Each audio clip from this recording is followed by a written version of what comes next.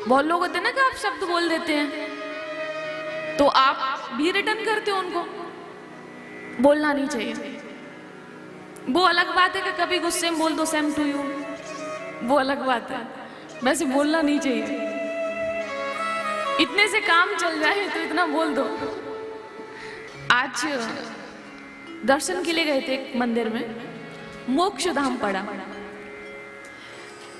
तो गाड़ी में सभी लोग चर्चा करने लगे, यहीं पे आना है, यहीं पे आना है। मैंने कहा मुझे कथा में जाना है, मन में सोचा, कहा तो नहीं, मैंने कहा मुझे कथा में जाना है, मुझे यहाँ नहीं जाना है। क्यों? गोपियों ने हमें तो अमर कर दिया है।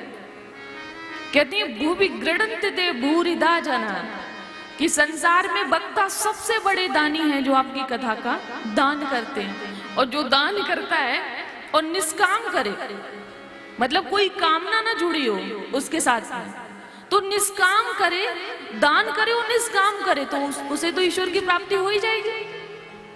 तो मेरी तो कोशिश यही है कि हमें तो दोबारा आना नहीं है।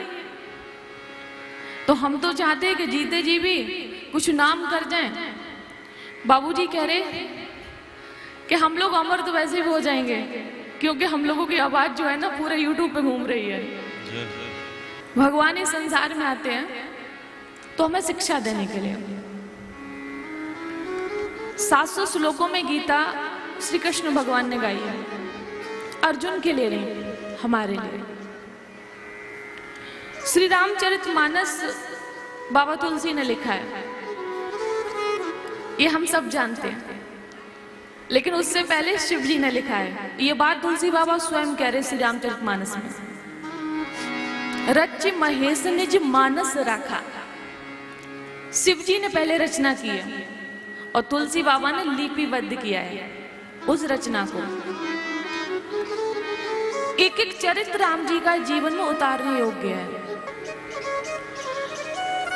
मर्त्यावतारस तुह मर्त्य शिक्षण, रक्षो बधाई वो न केवलम विभु।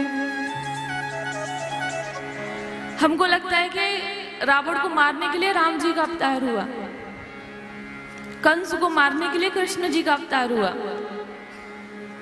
राम अवतार लेके वध तो किया, ये सच है, लेकिन ये काम तो जहां राम जी है वहां से भी कर सकते हैं, साकेत धाम से भी कर सकते हैं। गौलोक धाम में कृष्ण जी है, ये काम वहां से भी कर सकते हैं। लेकिन ये काम वहां से हो जाता तो हमें पता कैसे लगता है कि कौन दुष्ट है और कौन भक्त है? ये पता कैसे लगता है? विभीषण जी भक्त हुए और रावण दुष्ट हुआ। अगर राम जी का अवतार ना होता, ये गाथा लिखी ना जाती, तो हमें पता कैसे लगता है? एक एक चरित्र शिक्षा देता है।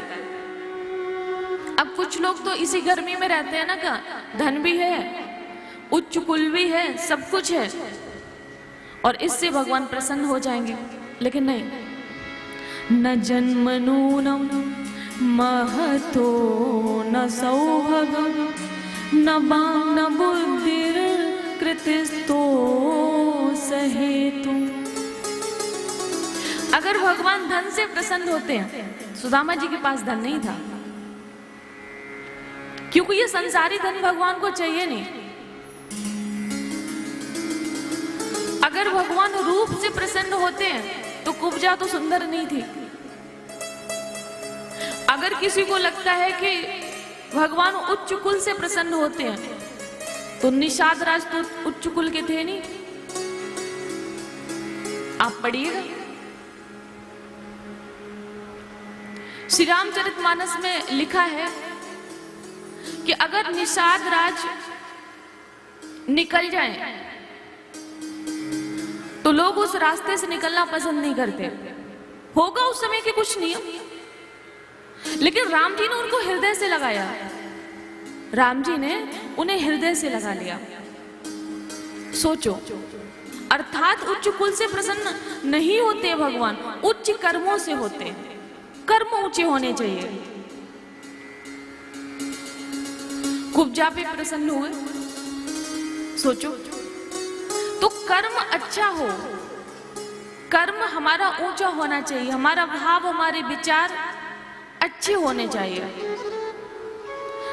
भागवत में लिखा है कि जो व्यक्ति चाहता है कि हमारा कल्याण हो, और ये बात महाभारत में भी लिखी है, भले उससे कोई गलत बोल दे, वो उसे गलत ना बोले।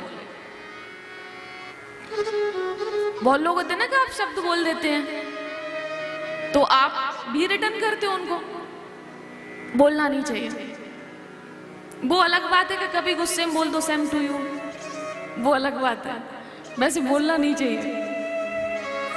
इतने से काम चल जाए तो इतना बोल दो, लेकिन गलत मत बोलना किसी को, क्योंकि ऐसे हमें पाप लगता है।